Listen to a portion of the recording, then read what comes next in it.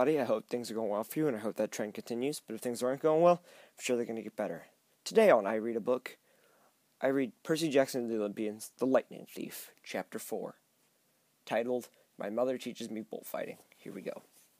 We tore through the night along dark country roads. Wind slammed against the Camaro. Rain lashed the windshield. I didn't know how my mom could see anything, but she kept her foot on the gas. Every time there was a flash of lightning, I looked at Grover sitting next to me in the back seat. I wondered if I'd gone insane, or if he was wearing some kind of shag carpet pants. But no, the smell was one I remembered from kindergarten field trips to the petting zoo. Lanolin, I believe this is. Like from wool. The smell of wet barnyard animal. All I could think to say was, "So you and my mom know each other?" Grover's eye flew to the rearview mirror. There were no cars behind us.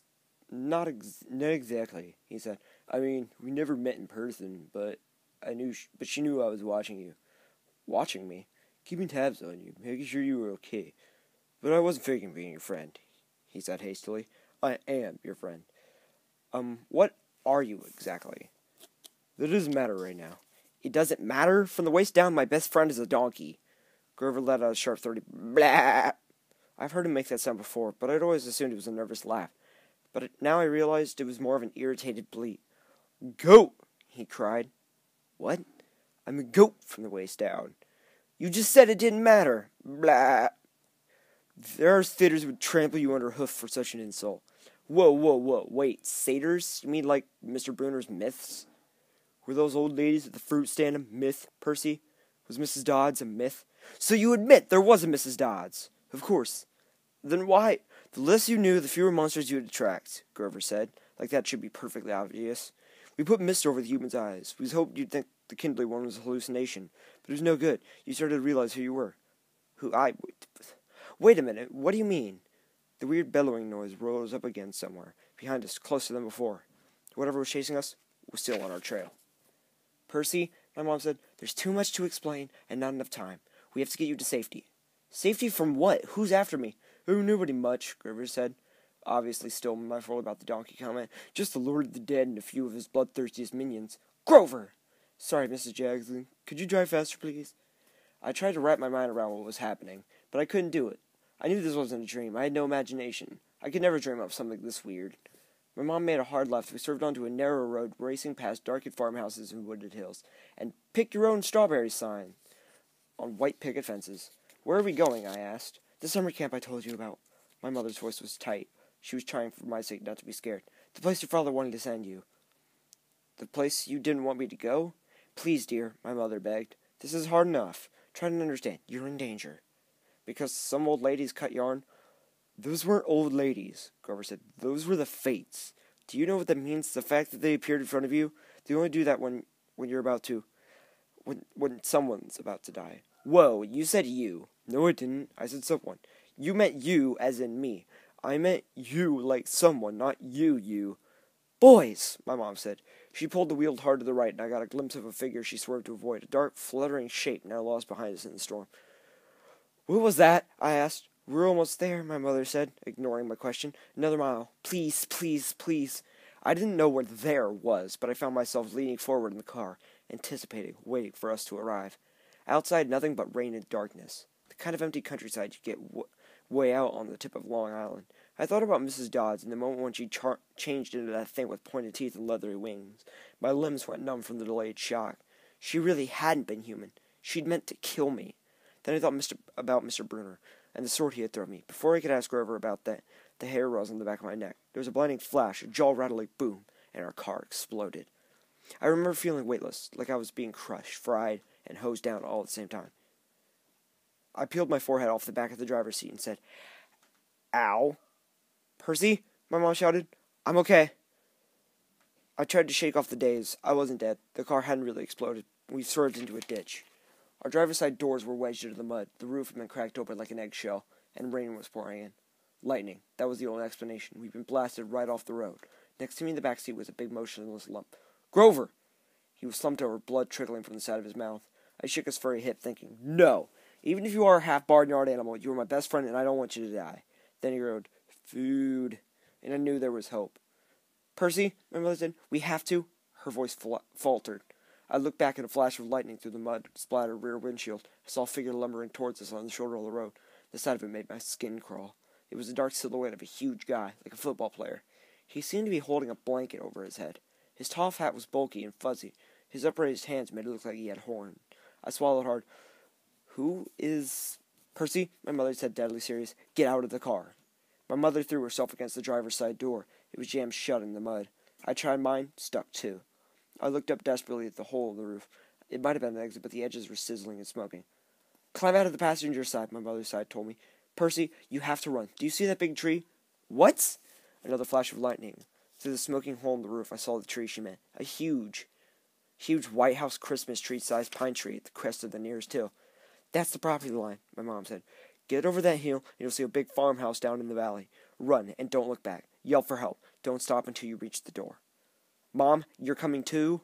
Her face was pale, her eyes as sad as when she looked at the ocean. "No," I shouted. "You are coming with me. Help me carry Grover." "Food," Grover moaned, a little louder. The man with the blanket on his head kept coming towards us, making his grunting, snorting noises.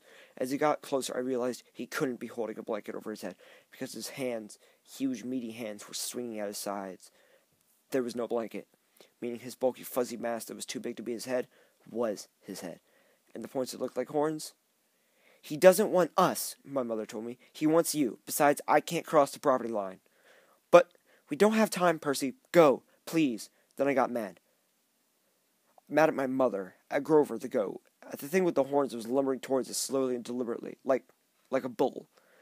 I climbed across Grover and pushed the door open into the rain. "We're going together. Come on, Mom." "I told you, Mom, I am not leaving you. Help me with Grover." I didn't wait for her answer. I scrambled outside, dragging Grover from the car. He was surprisingly light, but I couldn't have carried him very far if my mom hadn't come to my aid. Together we draped Grover's arms over our shoulders and started stumbling up the hill through wet, waist-high grass. Glancing back, I got my first clear look at the monster. He was 7 feet tall, easy. His arms and legs were something from the cover of Muscle Man magazine, bulging biceps and triceps, and a bunch of other seps, and all stuffed like baseballs in our vein-webbed skin.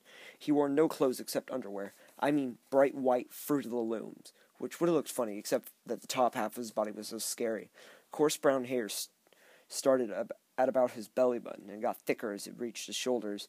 His neck was a mass of muscle and fur leading up to an enormous head, which had a snout as long as my arm, snorty nostrils with gleaming brass ring, cruel black eyes and horns, enormous black and white horns with points you couldn't get from an electric sharpener.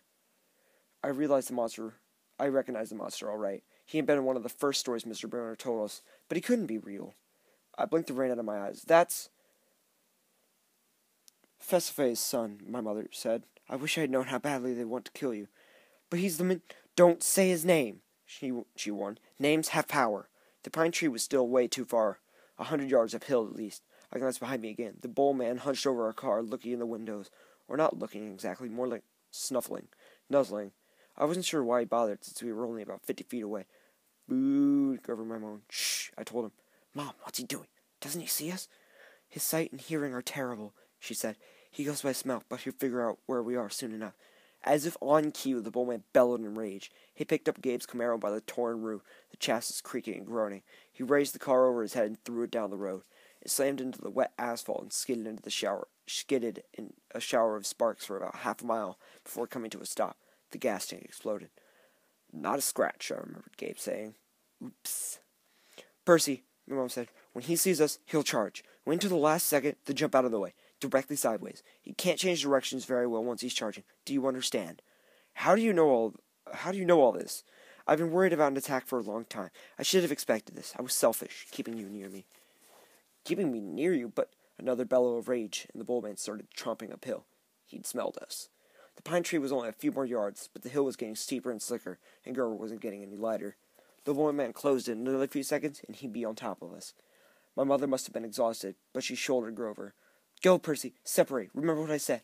I didn't want to split up, but I had the feeling she was right. It was our only chance. I sprinted to the left, turned, and saw the creature bearing down on me, his black eyes glowing with hate. He reeked like rotten meat. He lowered his head and charged, those razor-sharp horns aimed straight at my chest. The fear in my stomach made me want to bolt, but that wouldn't work. I could never outrun this thing. So I held my ground, and at the last moment, I jumped to the side. The bull man stormed past like a freight train, then bellowed with frustration in turn, but not toward me this time, toward my mother, who was settling Grover down in the grass. We reached the crest of the hill, down the other side. I could see a valley, just as my mother had said, and the lights of the farmhouse glowing yellow through the rain. But that was half a mile away. We'd never make it. The bull man grunted, pawing the ground. He kept eyeing my mother, who was now retreating slowly downhill back toward the road, trying to lead the monster away from Grover. "Run, Percy," she told me. "I can't go any farther. Run." But I just stood there, frozen in fear, as the monster charged her. She tried to sidestep, as she told me to do, but the monster had learned his lesson. His hand shot out and grabbed her by the neck as she tried to get away. He lifted her as she struggled, kicking and pummeling in the air. "Mom!" She caught my eyes, managed to choke out one last word. "Go!" Then with an angry roar, the monster closed his fist around my mother's neck. Then she dissolved before my eyes, melting into light, a shimmering golden form, as if she were a holographic projection.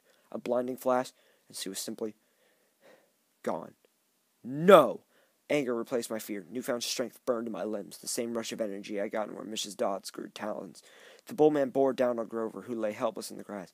The monster hunched over, snuffling my best friend, as if he were about to lift Grover up and make him dissolve too. I couldn't allow that. I stripped off my red rain jacket. "Hey!" I screamed, waving the jacket, running to one side of the monster. "Hey, stupid ground beef!"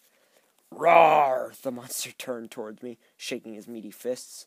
I had an idea. A stupid idea, but better than no idea at all. I put my back to the big pine tree and waved my red jacket in front of the bull man, thinking I'd jump out of the way at the last moment. But it didn't happen like that. The bull man charged too fast, his arms out to grab me whichever way I tried to dodge. Time slowed down. My legs tense. I couldn't jump sideways, so I leaped straight up, kicking off from the creature's head, using it as a springboard, turning in midair and landing on his neck.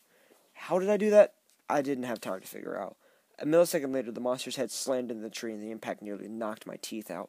The bullman staggered around, trying to shake me. I locked my arms around his horns to keep me from being thrown. Thunder and lightning were still going strong.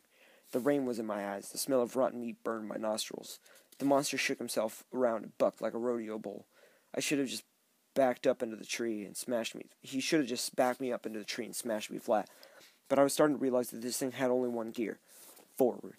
Meanwhile, Grover started groaning in the grass. I wanted to yell at him to shut up, but the way I was getting tossed around, if I opened my mouth, I'd bite my own tongue off. "Food!" Grover moaned. The bull man wheeled toward him, pawed the ground again, and got ready to charge. I thought about how he had squeezed the life out of my mother, made him disappear in a flash of light, and rage filled me like high-octane fuel. I got both hands around one hold, and I pulled backwards with all my might. The monster tent gave a surprised grunt, and then snap! The bull man screamed and flung me through the air. I landed flat on my back in the grass. My head smacked against a rock. When I sat up, my vision was blurry, but I had a horn in my hand, a ragged bone weapon the size of a knife.